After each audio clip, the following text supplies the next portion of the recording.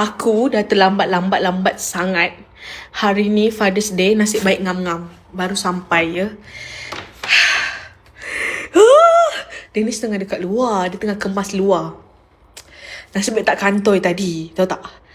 Yelah, dia kan dah nak jadi bapa. Aku lagi 2 bulan. Aku akan melahirkan. Lepas tu dia nak jadi bapa.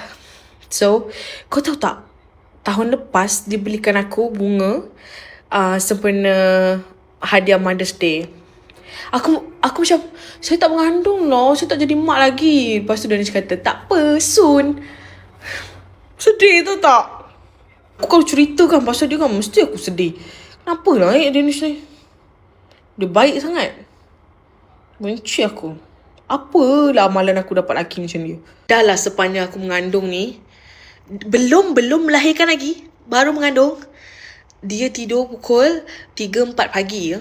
Sebab apa? Dia urut kaki aku sampai tertidur-tidur dia.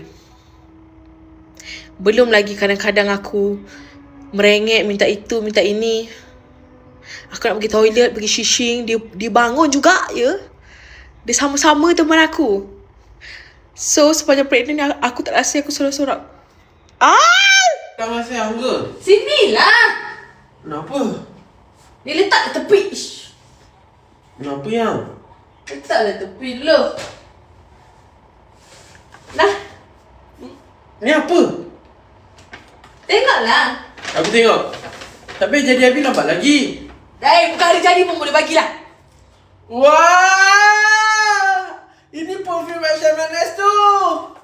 Abi pun dah lama sangat dah nak beli. Tapi Abi lagi nak bayar benda lain banyak. Sebab tu Abi tak beli-beli lagi.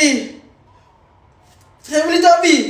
Dennis kan, kalau untuk aku, apa-apa je boleh. Tapi kalau untuk dia, benda berapa ringgit je.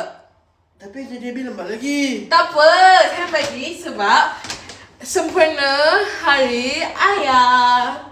Terima kasih. Happy Father's Day, Daddy. Terima kasih, semoga kita murah rezeki lalu. Abi masuk ke perfume. Perfume ni Abi nak beli lama dah. Abi tengok lah nanti lepas ada baby keluar ke, baru Abi beli. Baby keluar baru nak beli. Abi nak buka lah, tak sabar lah. Terima kasih Mami. Buat masa saya ada duit sangat. Ada baby pun nak beli, kau dengar tak? Padahal barang-barang baby dia beribu-ribu dia beli. Tapi kalau barang dia, ya, wangi ya. Molek. Ya, terima kasih sangat-sangat ya. Abi nak pakai setiap hari. Terima kasih ya. Semoga Ethan murah rezeki selalu.